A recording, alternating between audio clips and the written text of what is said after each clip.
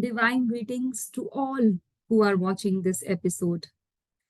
आज हम बहुत ही इंपॉर्टेंट टॉपिक के बारे में बात करने वाले हैं। वैसे तो सारे ही पेरेंटिंग के टॉपिक बहुत क्रूशियल और बहुत ही इंपॉर्टेंट होते हैं, पर आज का जो टॉपिक है वो ना ही सिर्फ आपकी पेरेंटिंग रिलेशनशिप्स में काम आएगा, बल्कि आपकी हर रिलेशनशिप्स में आपको फायदा देने वाला है। आज हम बात करेंगे कि हमें कभी कभी ऐसा क्यों लगता है कि दैट nobody loves me. अगर आपको कोई बोले कि I love you so much, but you don't feel as if that person really loves you or not. Why does that happen? Why don't we feel loved sometimes, even if the person loves us so much? हम कभी कभी सुनते हैं बच्चों को बोलते हुए, I hate you, you don't love me. आप मुझे प्यार नहीं करते हो, आप मुझे अंडरस्टैंड नहीं करते हो। चाहे पेरेंट कितना भी बच्चे को प्यार दिखाए, प्यार शो करे, उसके लिए कितना भी करे। और पेरेंट्स अक्सर ये बात बोलते हैं कि we do so much for our children, still they don't recognise, they don't validate our efforts, our love. ऐसा होता है ना आपके रिलेशनशिप्स में? तो ऐसा क्यों होता है?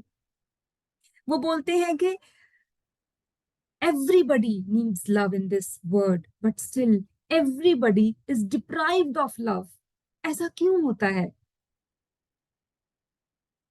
क्यों ऐसा होता है कि जब मैं किसी को बहुत प्यार करती हूँ, बहुत कुछ करती हूँ, फिर भी उधर से कोई रेसिप्रोकेशन नहीं आता है, कोई वैलिडेशन नहीं आती है? उनको क्यों नहीं लगता है कि मैं उनको प्यार नहीं करती हूँ? We will understand the secret of this love languages. Today, our topic is the love languages of children. Since we are talking about parenting, तो आज हम डिस्कस करेंगे कि पेरेंट्स कैसे अंडरस्टैंड करते हैं कि उनके बच्चों की लव लैंग्वेज कौन सी है। We all have different kind of love languages. What is the meaning of love language? Love language का मतलब होता है कि हर इंसान का प्यार को समझने का तरीका डिफरेंट होता है। They take love in some other manner, और कोई और इंसान उसको किसी और तरीके से समझता है। हर इंसान का प्यार का जो डेफिनेशन होती है, प्यार का जो नजरिया होता है, पर्सपेक्टिव होता है, वो डिफरेंट होता है।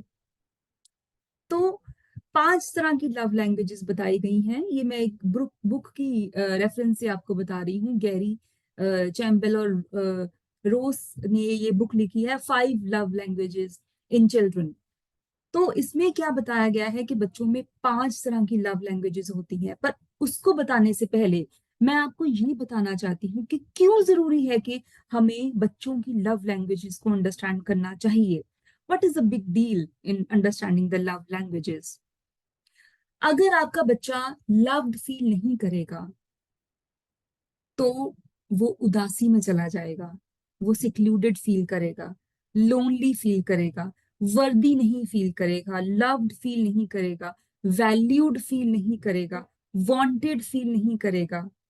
उसकी सेल्फ एस्टीम बहुत लो हो जाएगी। वाई? बिकॉज उसको लगेगा कि उसके पेरेंट्स, उसकी फैमिली मेंबर्स उसको प्यार नहीं करते। शायद उसमें कुछ कमी है। क्यों प्यार नहीं करते? तो वो इन्हीं फीलिंग्स के आसपास अपना वर्ड बना लेगा।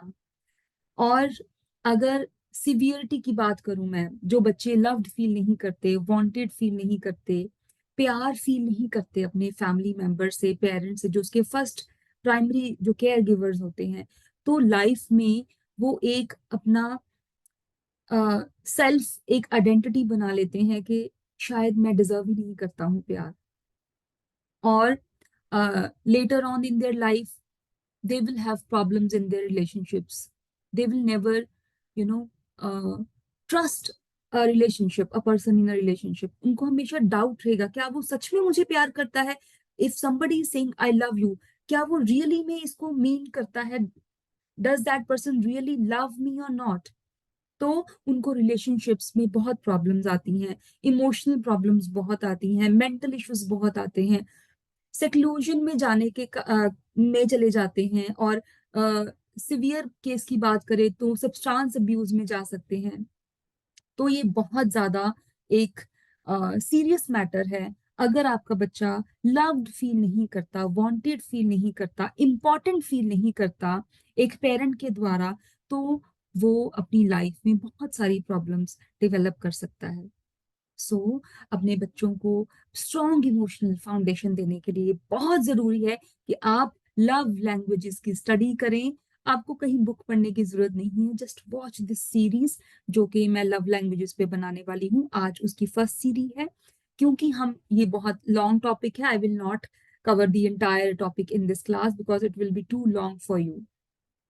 आज हम बात करेंगे, जैसे कि हमने अभी बात की कि क्या इंपॉर्टेंस है लव लैंग्वेजेस की, अभी हम बात करते हैं कौन कौन सी लव लैंग्वेजेस होती हैं।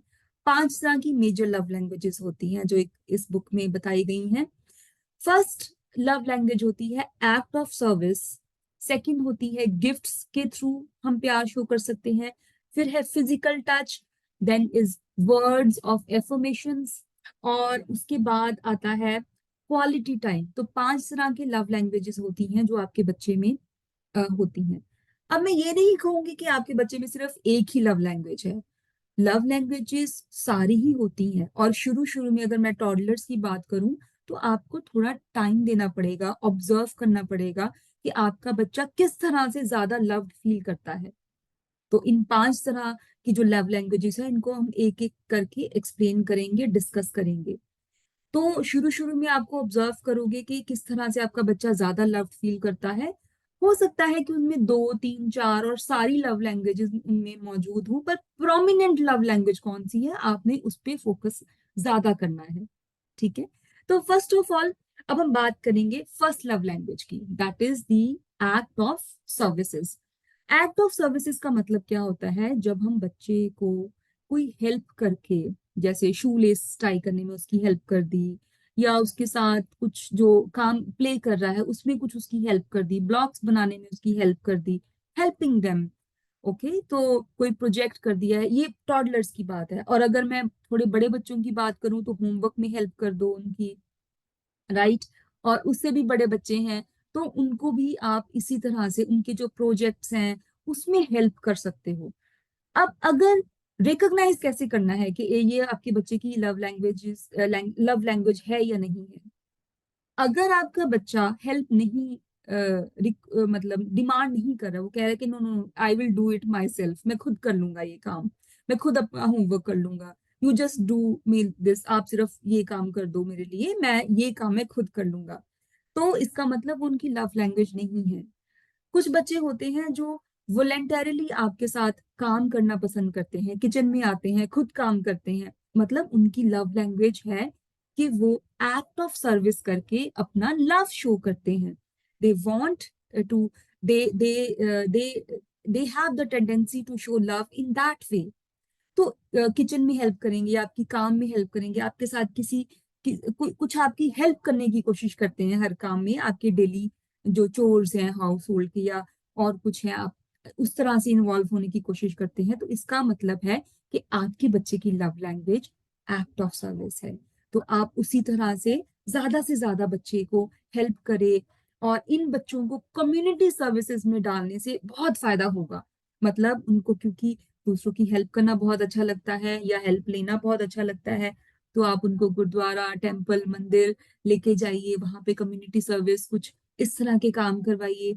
तो ये बच्चे बहुत फ्लरिश करेंगे अगर आप उनको इनकी लव लैंग्वेज के हिसाब से डील करेंगे। So I think this is all for today. अगर आपको लगता है कि आपके बच्चे में ये ट्रेड्स हैं तो आप मेरे साथ डिस्कस करिए, कमेंट कीजिए। और बाकी की लव लैंग्वेजेस के बारे में आपके मन में जो क्वेश्चंस आ रहे हैं, या आपको जानना है कि कौन सी लव लैंग्वेज है, कुछ भी डाउट है, कुछ भी आपके थॉट्स हैं इसके बारे में, तो प्लीज मेरे साथ कमेंट्स में शेयर करिए। और अगर कुछ और गाइडेंस चाहिए तो you can always connect me through the DMs. And I will see you in the next training session. Stay tuned and please do not forget to invite your family and your friends uh, to join this group, because in the coming days I am going to introduce many trainings on parenting that is also absolutely for free. Take care, stay tuned. Thank you for watching.